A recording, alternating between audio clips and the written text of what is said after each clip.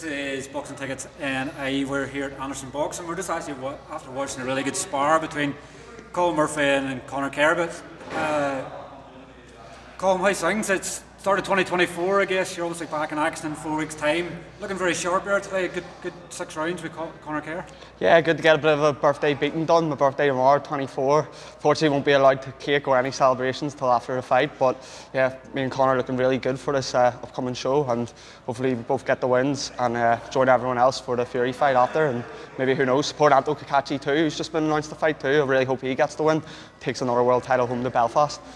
Obviously, it's somebody he's shared rounds and stuff with in the past as well, and I think probably be right in saying that probably where you can see where Ando's been a lot longer as a pro and things like that, they might have thought it might have been easy enough, but whenever you sparred him previously, you give him good rounds, and obviously 4 weeks today, obviously he's in action as well, and I firmly believe he's going to do the job and beat Cordina. Yeah, like Joe Cordina obviously is a very good boxer, but Ando Cacace, after sharing ring with him, I really rate him.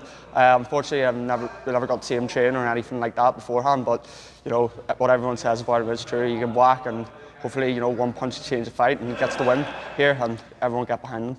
Definitely, and it's sort of going to be strange. Like I interviewed Quinn obviously the other day, and obviously I was saying with you all fighting in the card, and Ando now been announcing that card as well, and you're sort of going, I want to watch the fight, you know, so does that put extra motivation on these and to get your opponent out there quicker and going, I'm just going hell for it, I'm going to get this guy out of here in 30 seconds so I can sit down and watch the fight? Well, hopefully it puts a bit of pressure on Mark Dunlop to get the timings and all sorted for us all, because obviously, yeah, we really would want to watch that. That's a tasty fight there. That's been building up for a bit. You know, a lot of people from Belfast were talking about it, and who knows, maybe we helped get the opportunity for him, and you know, it's in Saudi, and hopefully, yeah, there was a guy I actually sparred there who's also fighting on the night, so it's a very interesting card shaping out to be.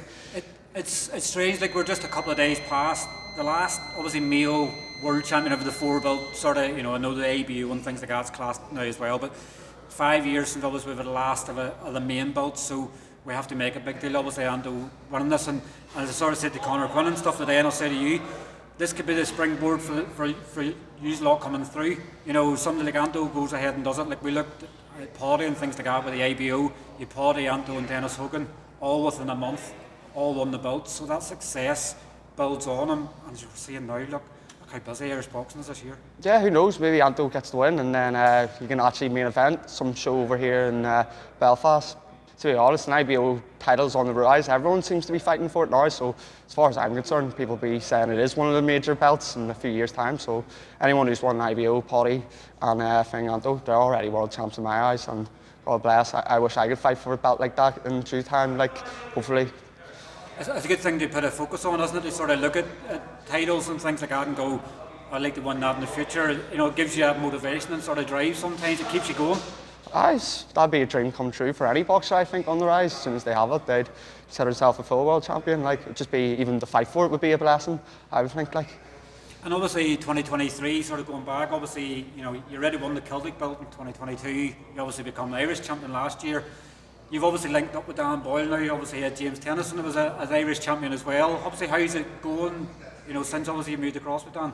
Yeah, training's going really well, and I'm a bit skinny on it now from all the training I've been doing from over Christmas, so who knows, hopefully this fight could be made for a belt, because I'm ready to make championship weight. But previously I've won obviously 2 titles, and I really couldn't have got where I was without the team I was with. They really made some good memories of me and got me through it and got me to where I'm at, so I want to say a big thank you to my previous team for everything they've got done for me and getting behind me and supporting me, because I really couldn't have done it without them, and I really wish you all the best.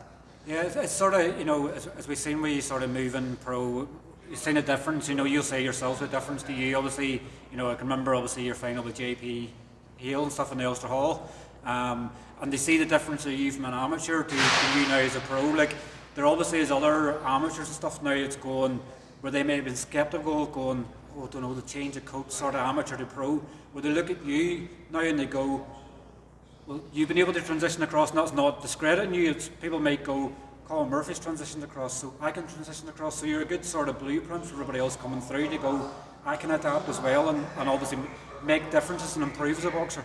Yeah, definitely, you can use me as an example if you want, but there's plenty of other people in this game too that you can do, but what I would really say is do what your heart tells you to, and make sure that you're happy in what you're doing, because no matter what you're doing, as long as you're boxing and following your dream, doesn't matter if you're amateur, semi-pro, pro, white collar, just as long as you're going out there and challenging yourself. You know, obviously everyone in Belfast really comes behind everyone, you know, with boxing and comes out and supports you. You see it in the semi-pros, white collar, charity events, anything. So, you know, people just love to see you challenging yourself, and there's a lot of love in the boxing. People come out, spend their money and support you doing it. So keep doing it for them and do it for your loved ones and yourself.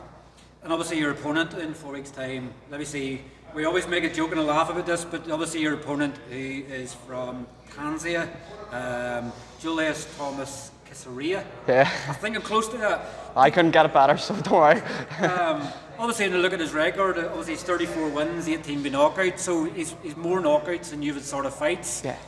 You know, probably in some ways people might look at him and go, he's listed as a super bantamweight, so you should be massive in comparison. But I guess sometimes you're not going to know a lot about these opponents, so maybe it's more when you step foot in the ring, seeing what they have and seeing what they offer. And as I say, if we know Cacace's on close to when you're fighting, that way, let's just go for it. Yeah, look, I'm just going to let my talking be done in the ring on the night. Look, I've trained very hard since Christmas. That's me. I'm close to championship weight already, so I'm going to be making that easy enough against a guy, because I do either way have to be, because he's coming up from super bantam. So look, you'll see on the night I've been training really hard, and I'm ready to put in a performance in my life for my fans too. And sort of when you look ahead at 2024, what do you sort of look at goals and ambitions this year? As obviously as it now, you know, you've won the Celtic, you've won the Irish. Do you now look to the next step? Where do you sort of want to go this year? Have you sort of eyes on a belt you would like? Would you like to get into like a European belt, or would you obviously like to go down the British sort of level? Where would you like to go this year? Yeah, I want to go down the British route, like, definitely, and then maybe look towards European after, but leave this to Mark still. I just take it one fight at a time, don't want to get ahead of myself, because, you know, this boxing game is very serious, and I've already, you know, kind of been fast-tracked in my eyes, so, you know, I'm still young, 24 only tomorrow, so I've got plenty of time, and I've got plenty in the tank still, so still want to be boxing for a good another 6-7 years maybe, so take it as it comes. And obviously your birthday, obviously you've been getting used to obviously birthdays now, obviously with obviously amateur boxing and even professional boxing now. Like tomorrow now is a sort of a case where people sort of have to give you money and obviously a card. Like you can't obviously eat any cake. Well, I guess if you're nearly on weight, you can maybe take a slice of cake. Mark probably may not like the fact of it, but obviously is it a sort of dimmed down sort of birthday and you sort of celebrate it after the fight? Will it change much for your birthday tomorrow? Yeah, look, the celebrations will just have to wait till after the fight, but that's what I mean tomorrow. I'm just grateful to have reached 24, you know, you got to count your blessings in life. You know, I have a friend who didn't even make it past 19 because he died of cancer, so I'm just grateful to be here as it is and keep out doing everyone proud.